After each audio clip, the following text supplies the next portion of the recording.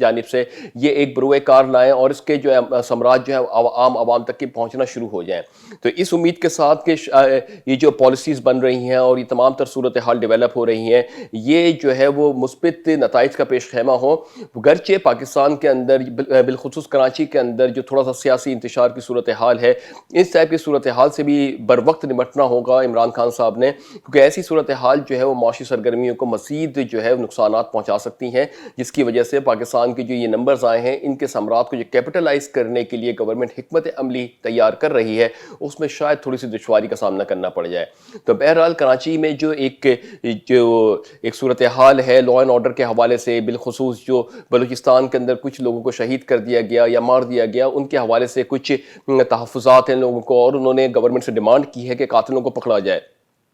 اب یہ صورتحال جو ہے اس کو میلٹ ڈاؤن کرنا ہوگا گورنمنٹ آف پاکستان نے، اور جو بھی ان کے تحفظات ہیں ان کو دور کرتے ہوئے جو ہے ان کی جو بھی ان کی ریکویسٹ ہے یا جو بھی ان کی ریزرویشنس ہیں اس کو بروئے کار لاتے ہوئے ان کے ساتھ نیگوشیشن کرنے میں ان کو کانفیڈنس میں لینا ہوگا، تاکہ جو شہر کا جو امن ہے، شہر کا کاروباری سرگرمیاں ہیں، وہ متاثر نہ ہوں۔ تو بہرحال یہ تمام تر جو سینیریو کریٹ ہو رہا ہے مثبت تو ہے، مگر انٹرنل لیولز کے اوپر بھی پاکستان کو جو چیلنجز ہے ان کو بھی بر وقت ایڈریس کرنا عمران خان صاحب کی گورنمنٹ کی ذمہ داری ہے۔ اب ہم بات کرتے ہیں انٹرنیشنل مارکیٹس کے حوالے سے۔ انٹرنیشنل مارکیٹس کے اندر بات کریں تو ایک جانب یہ کہا جا رہا ہے کہ رشیا اوپیک پلس ممبران کی جانب سے کہ شاید رشیا جو ہے وہ اپنی پروڈکشن جو مارکیٹس کے اندر کٹ کی گئی ہے، یعنی 9.7 ملین بیرل پر ڈے کی جو پروڈکشن کٹ ہے،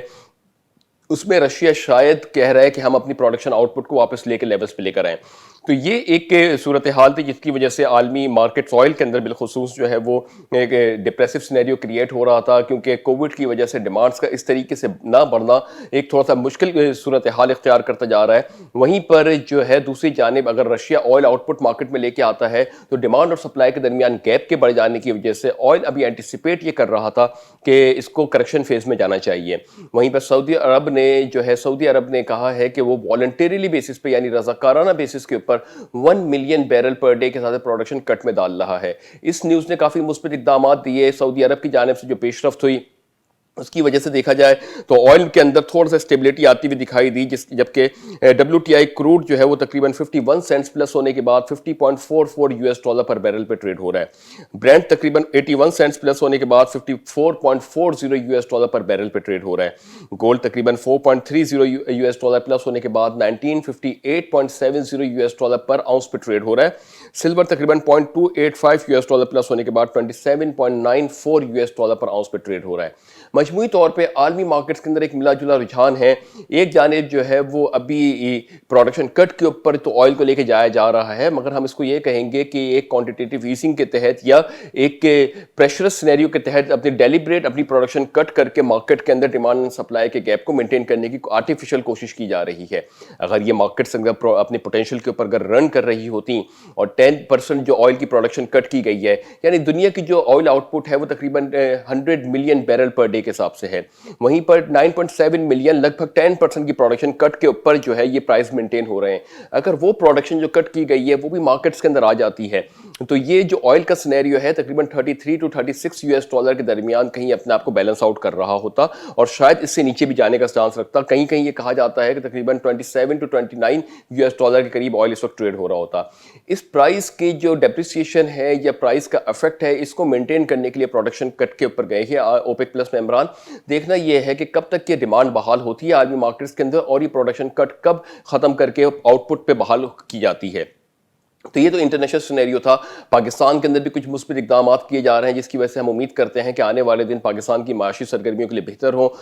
فیبروری کا منتھ اپروچ ہو رہا ہے، FATF کے حوالے سے پھر نیوزز سرگرم ہونا شروع ہوں گی۔ پاکستان کو FATF کی جانب سے فیبروری 2021 تک کا ٹائم پیریڈ دیا گیا ہے، جس پہ پاکستان نے کمپلائنس کرنا ہے۔ فی الحال اگر ابھی تک تو یہ اپڈیٹس ہیں کہ پاکستان اس پہ FATF کی ٹیم کو کافی حد تک کے مطمئن کرنے کی کوشش کر رہا ہے، اور یہاں سے اب جو اسٹیٹس ہے گرے کا اسٹیٹس اسٹیٹس ہے, اس کے کیا چانسز ہیں, یہ آنے والا وقت بتائے گا, کیونکہ آلریڈی پاکستان کو 1.5 سال کا ٹائم پیریڈ مل چکا ہے اس ایکسٹینشن کی بیسس کے اوپر. اگر پھر بھی کووڈ کی وجہ سے کچھ پاکستان کو امیونٹی یا فریڈم ملتا ہے تو شاید پاکستان اگر اس میں نان کمپلائنس کرتا ہے تو شاید پاکستان کو پھر گرے لسٹ کے اندر ڈال دیا جائے, ورنہ ابھی امید یہ ہے کہ پاکستان کے پاس اس وقت جو گرے لسٹ میں رکھا گیا ہے, اس کے بعد کیا حکمت عملی تیار کی جاتی ہے, کیا اسٹانس لیے جاتے ہیں, کیا میجرز لیے جاتے ہیں FATF کی جانب سے, یہ تو فیبروری کے منتھ کے اندر پتہ چلے گا, یا جیسے جیسے پیریڈ اپروچ ہوگا اس وقت ہم آپ کو بتا سکتے ہیں کہ اس کے اوپر کیا پیش رفت ہوگی پاکستان کی. بہرحال چونکہ ڈیڈ لائنز کافی ایکسٹینڈ ہو چکی ہیں پاکستان کی, تو اس وقت شاید یہ سینیریو ہے کہ یا تو پاکستان اپنے اسٹیٹس کو وائٹ میں لے کے آئے یا پھر اس کے اوپر مزید فیصلہ کچھ کیا جائے گا. تو پاکستان بھرپور کوشش کر رہا ہے کہ FATF کے حوالے سے ریگولیشن کو سخت سے سخت کیا جائے. کارپوریٹ سیکٹر کی بات کریں, چاہے وہ ہم پروڈینشیل ایکٹ کی بات کریں یعنی بینکنگ سیکٹرز کی بات کریں, چاہے فائنینشیل انسٹیٹیوشنز کی بات کریں, تمام جگہوں پہ ہمیں